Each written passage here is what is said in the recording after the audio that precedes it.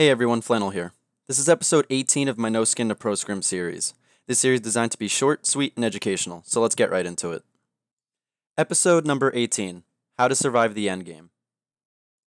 The endgame is what separates the bots from the sweats. As the circle closes in on itself, players are forced into making quick decisions to obtain any advantage they can to win the game. Here are a few tips you can use to ensure you come out on top during the endgame, whether it be in a scrim or a regular pub match.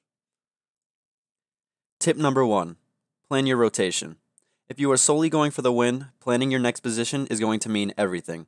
A good position is typically one you can get to quicker than the other players in the lobby, and will allow you to fire at them while they are running into the circle fighting.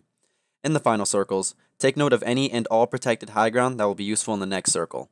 If none is available, take note of places like houses so that you can farm mats and set up camp, or at least locate a few structures for natural cover. Knowing your next rotation allows you to play with more confidence so that you can focus on getting to your preferred destination instead of worrying about the fright of losing the game.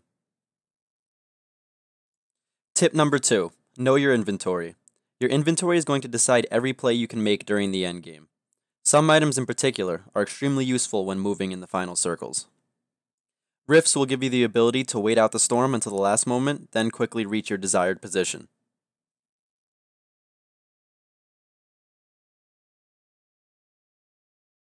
Grapplers will also allow you to rotate to your desired endgame position using very little to no mats.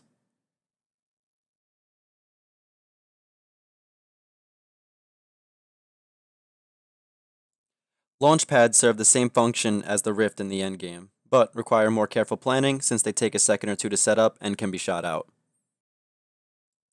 Porta-forts or fortresses can be used to distract your opponents. As you can see here, I used the porta-fortress as a distraction while I rifted.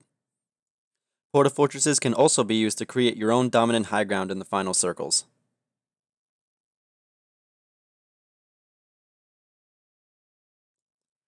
Tip number 3. Know how to turtle. Turtling in the correct areas and in the right ways will allow you to be a low priority target to your enemies and will allow you to carefully plan your next move.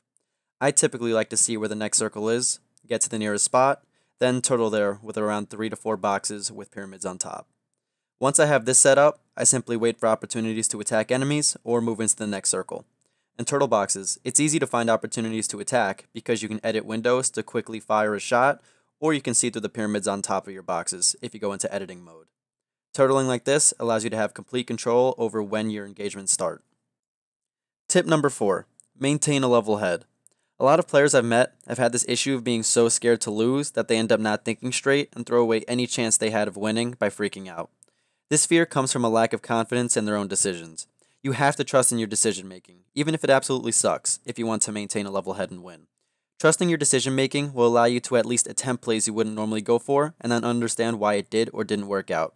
Believe in yourself and your decision making will improve. I promise. This concludes episode number 18, How to Survive the Late Game. If you are comfortable with the tips provided in this video, feel free to move on to the next one, which will be covering hand cannon uses.